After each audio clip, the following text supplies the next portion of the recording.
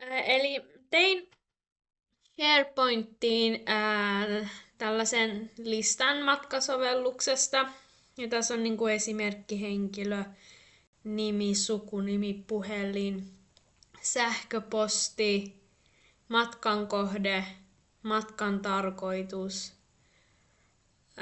kulkuväline, aloituspäivämäärä, lopetuspäivämäärä, päiväraha ja muut kulut. Sitten tässä on tämä sovellus, että siinä olisi niin kuin nimi, sukunimi ja puhelinnumero ja nämä tiedot. Ja sitten täältä matkan kohteesta voi valita eri kaupunkeja. Tänne voi laittaa niin kuin tarkoituksen matkalle. Ja täältä voi valita auton tai julkisen liikenteen. Tässä olisi aloituspäivämäärä,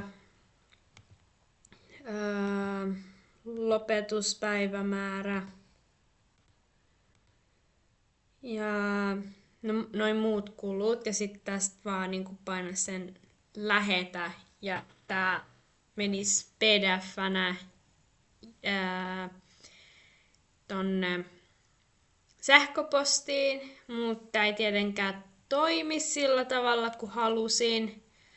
Ja mä olin lisännyt tähän vielä tämän Power Automatesta